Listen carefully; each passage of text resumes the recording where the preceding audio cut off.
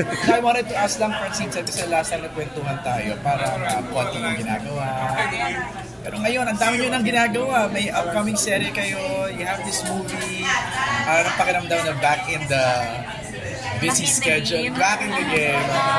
Nakaka-pressure po yung MJ, pero mas, ito yung ano namin, kumbaga, ito talaga yung, ano ba yung word na yun, yung ginagawa namin, yung forte namin.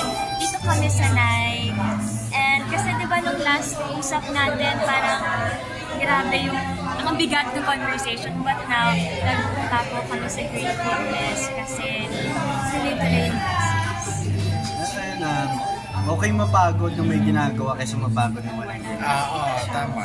Ginagawa namin to hindi para dahil, pinagawa na natin. Sinasapuso po namin lahat ng biyaya ng Panginoon. Lahat po ng opportunities na napupunta sa amin, isinasapuso po namin, pinagpapasalamat at grateful kami. And, nung mga nakaraan, sige, wala kaming ginagawa. I think, hinanda kami para dito. Tama. May mga gabi na inisip namin kinabukasan. Ito pala yun. Correct. Yun. Naghintay lang kami at nagdasal. Ito, binigyan tayo. Congratulations, #1 on Netflix, My Future You. Yes. So, ang ganda ng pelikulang yun. Did you yun. expect Hindi that? po namin na-expect as in. Sabi lang po namin kahit mapasali lang siya sa top 10, pero nung araw mismo ng release niya, nag-1, tapos halos parang 7 days. Yeah, yun. Mag-trending din siya sa buong category sa Netflix.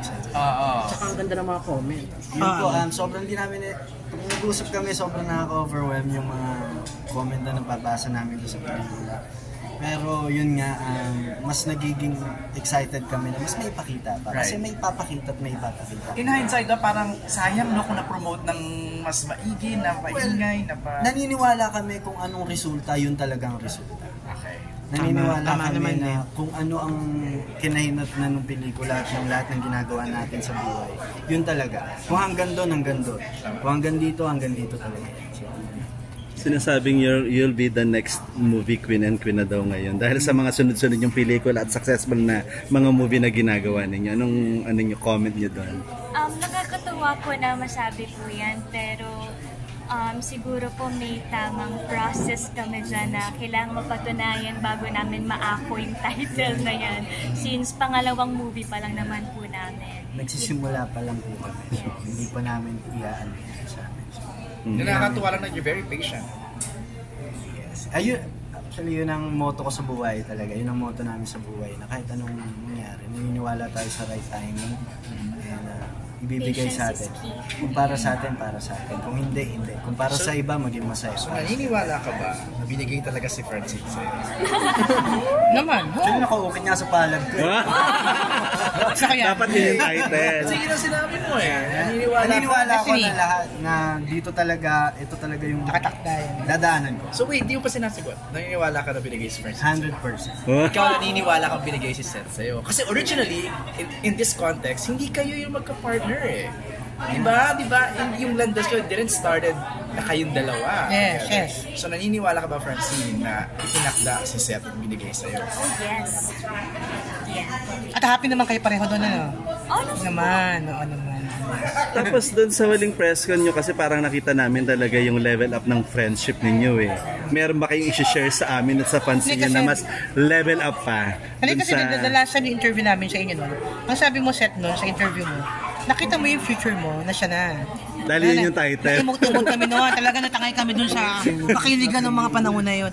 Ano na ba talaga yung estado ngayon ng inyong pagsasamang dalawa? For clarification. Clarification. Ako na sasagot. Okay, ikaw mauna. Bilang lalaki. Sinubok na kami ng maraming panahon. Sinubok kami ng maraming problema. And hanggang ngayon, gaya po na sinabi ko dati na nakikita ko at gusto kong maging future o kasama ko pa bukas. Siguro naman po napatunayan ko ngayon. Okay. Na kayo pa rin magkasama. Ikaw. Francine. Ng friendship po namin. Hindi friendship. Hindi na friendship. Mas matured na. Mas alam niyo yun po na hindi kami 16, 17 years old. So nandito na kami sa punto ng buhay namin na nagsisimula na kami para sa mas real pace ng buhay na. Totoo yun. Real pace o kumbaga unang hakbang para sa gusto namin puntahan. Pero kung sakali, ay sige, si Francine. Ikaw muna, Francine. Ano po ulit yung Hindi, ano ba talaga yung totoong estado ng relasyon? Kasi nung Make Future You, kilig na kilig kami noon, di ba? Parang ino-open mo na rin yung puso mo at yung Para po kay sa Seth. akin, when you say naman na nakikita kita sa future o gusto kita sa future, hindi naman laging kaakibat ng romance. Ngayon po, we're best friends. At ayaw ko kasi namin madaliin po talaga kung ano man yung gustong sagot po ang makuha nyo or gustong maging relationship status na gustong marinig po din ng mga manonood. Gusto sabihin to. It's more of, nandun po talaga, sobrang protective po kami sa pagkakaibigan namin. Kasi gaya po ng lagi namin sinasabi, trabaho po yung aming inaalagaan dito. At kung sakali man po na mapunta tayo doon, update po namin kayo doon. Aaminin nyo. Aaminin naman niya pag kayo na, no? Na-excite din po kami, in short, na-excite din po kami sa pupuntahan na. Pero aaminin niyo kung magiging kayo. Hindi niya tatago. Hindi niya tago sa publiko yan. Matagal It's for pa you naman. to find out. Sige, i-stock namin kayong dalawa. Okay sa inyo yun? Well, wala namang masama. Yes. Dating ng araw, di ba? Wala naman siguro masama. Saka, deserve ipagsigawan kung talagang gano'n ang mangyayari sa future. Deserve ipagsigawan. Mayroon ba kayong fear? Kasi ang daming love team na nagiging sila na uuwi sa breakup. Hindi maganda yung kinalalabas. Sa ending, hindi maganda. Meron ba kayong ganong fear? Kaya parang may hold back yung feelings na yan. Na mas mahirap kasi pagka lumalim ng ganong kalalim, hindi na ayos, hindi naging maganda yung samahan, nagkahiwalay. Hindi natin masasabi ang bukas kung anong problema ang bagong isisilang, pero We have our own fears naman po kung bakit din ayaw namin i-take to another level pa muna. Maybe that's one of the reasons po, pero mas ano po talaga kasi gaya nga po ng sinasabi din niya lagi, yung mga parents namin, lagi kami pinapayuhan na trabaho muna. Kung makapaghihintay naman yung gusto namin puntahan, or if the feelings are mutual, then we'll get there. Hindi man po bago yung sagot namin sa inyong mga tainga. Pero yun na pa rin po ang isasagot namin. Hindi dahil ganyan o ganito, dahil gaya po ng sinabi, ang sikreto po ng Francine, is totoo kami sa isa't isa. Okay. And magkaibigan kami, magkasangga at magkakampi kami. Doon muna ngayon, pero hindi kayo kasarado ng pinto. Hindi kayo kasarado ng mga pinto. Sa kung ano yung pwedeng kalabasan. Possibilities na maging kayo at open kayo sa posibilidad. Pagsasarang ko ba ng pinto? Wow naman. No, syempre hindi naman. Dito kami sa phase ng buhay namin na kalmado kami, focus kami sa dreams namin.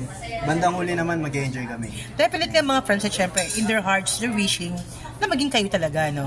Pero paano nyo ginagawa na huwag kayong magpatangay doon sa pressure, doon sa hiling ng mga fans, na syempre maging kayo?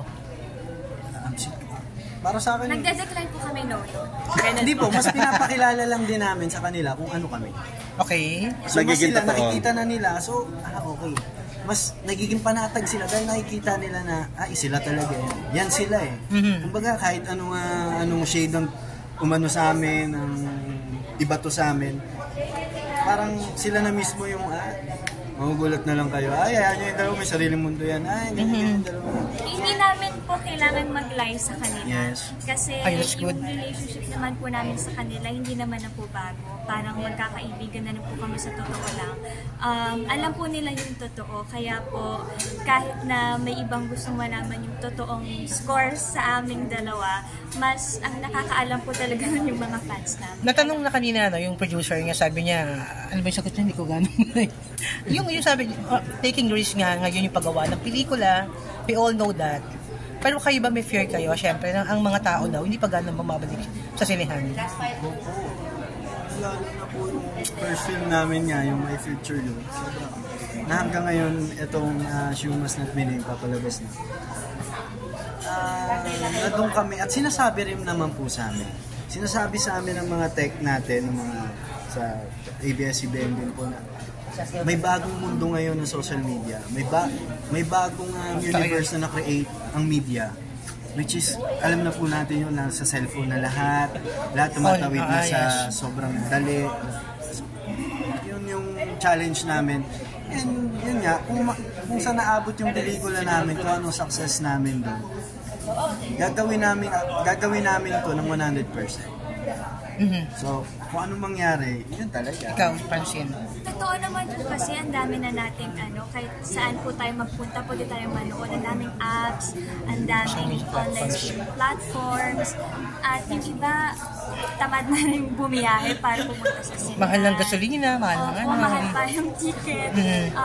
Pero dito po, alam naman po namin yung reality.